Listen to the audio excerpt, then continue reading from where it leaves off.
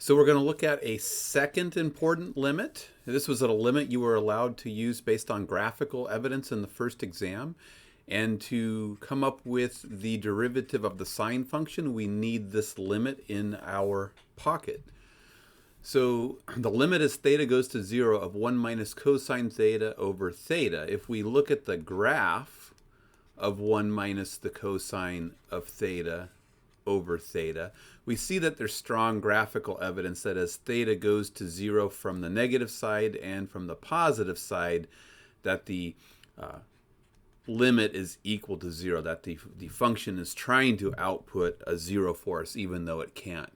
So we can come up with a more definitive proof of this limit.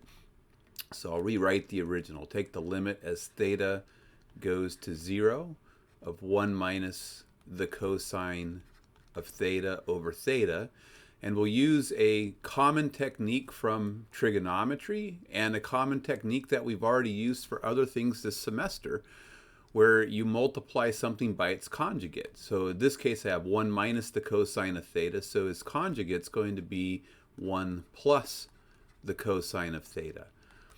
So I'm going to multiply this by its conjugate, and of course I can't just arbitrarily multiply something by another expression, but I can multiply by 1. So I'm going to put 1 plus the cosine of theta in the denominator as well. So this divided by this is equal to 1, as long as the denominator isn't equal to 0.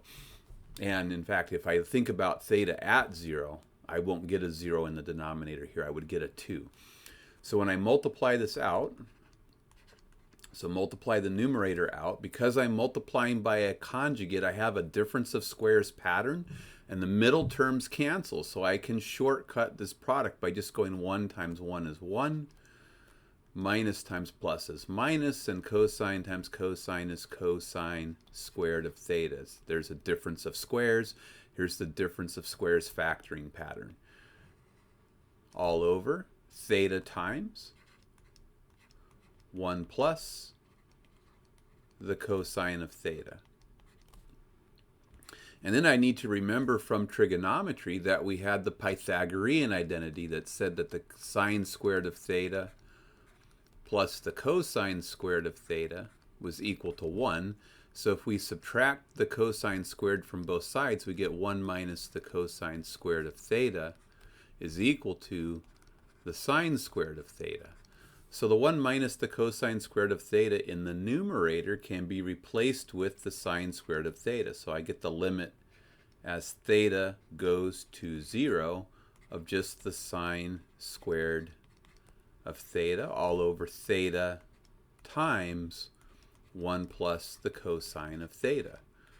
And now I can use algebra. I have the sine times the sine is the sine squared. So I'm going to break this up into a couple of fractions. Take the limit as theta goes to 0 of, take one of the sines and put it over the theta, times take the other sine and put it all over the 1 plus the cosine of theta. So this is equivalent to the previous line, because I still get sine times sine is sine squared, and theta times 1 plus the cosine is still theta times 1 plus the cosine. And now I have a limit of a product, which we know from the work we've done this semester can be rewritten as the limit, the product of the limits. So the limit of a product can be rewritten as the product of the individual limits. So we go ahead and do that.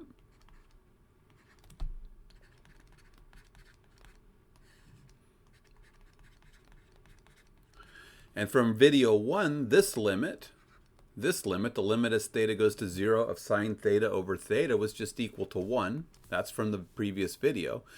And for this limit, what I want to recognize is that on the interval, on the open interval from negative pi over 2 to pi over 2, and that's an interval that has 0 in it, so 0 is an element of that interval, but over this interval, this ratio is completely defined. So by theorem, I can just put the 0 into the ratio to calculate its limit. So I get sine of 0 divided by 1 plus the cosine of 0, and I'll just step that up here. I get 1 times the sine of 0 is 0, 1 plus.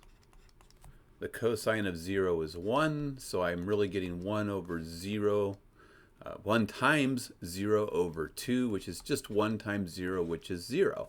So the limit I'm interested in is, via the sequence of manipulations, is definitely equal to 0.